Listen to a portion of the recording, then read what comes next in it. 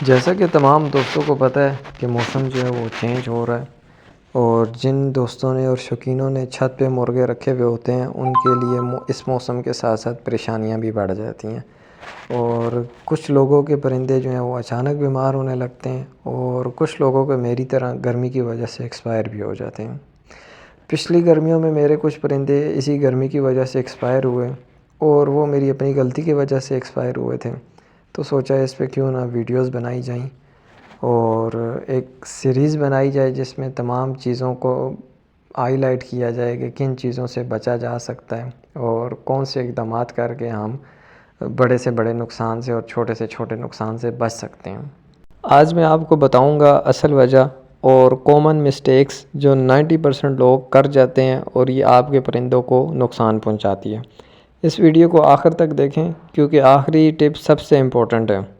اگر آپ نے ہماری اصیل بریڈنگ سیریز دیکھی ہے تو جانتے ہیں کہ ہم پرندوں کی حفاظت اور گروتھ پر فوکس کرتے ہیں۔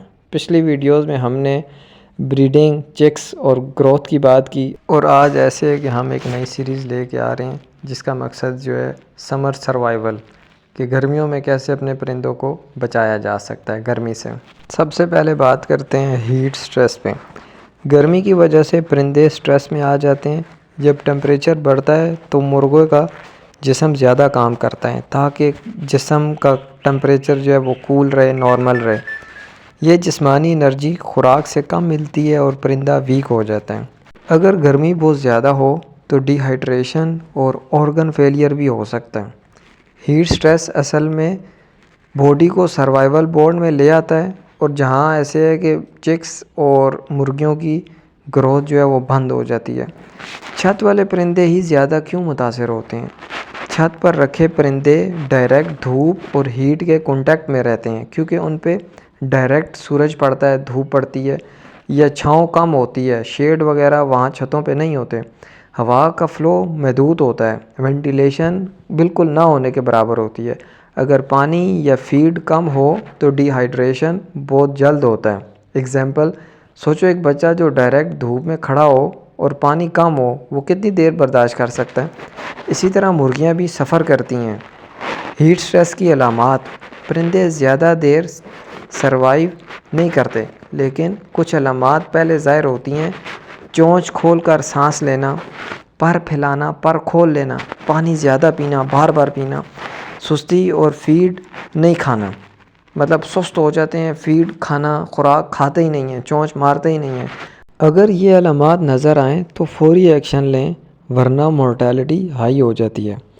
یاد رکھیں، مرغے گرمی کی وجہ سے نہیں مرتے، وہ ڈی ہائیڈریشن، زیادہ حرارت اور غلط ماحول کی وجہ سے ویک ہو کر مر جاتے ہیں۔ یہ 3 چیزیں پریونٹ کی جا سکتی ہیں اگر آپ پراپر کیئر لیں۔ مرغوں کے لیے شیڈ کا انتظام، مطلب اس کے کھڈوں کے اوپر کوئی شیڈ وغیرہ لگا دیں، کوئی کپڑا وغیرہ لگا دیں جس سے دھوپ جو ہے وہ ڈائریکٹ ان تک نہ پہنچے، ڈائریکٹ دھوپ انہیں نہ لگے۔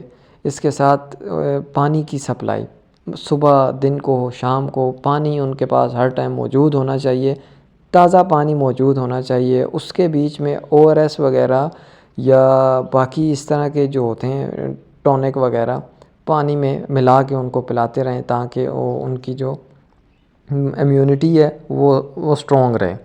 اس کے ساتھ فیڈ آپ ان کے لیے ایسے ہے کہ اچھی چوز کریں۔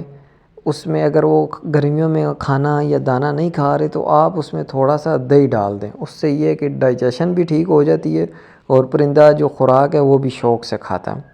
اگر آپ چاہتے ہیں کہ آپ کے پرندے سروائیو بھی کریں اور گرو بھی کریں تو چینل کو ضرور سبسکرائب کریں، ویڈیو لائک اور شیئر کریں، کیونکہ یہ ایک سیریز ہے، اس میں ہر آنے والی ویڈیو جو ہے وہ خاص ہوگی۔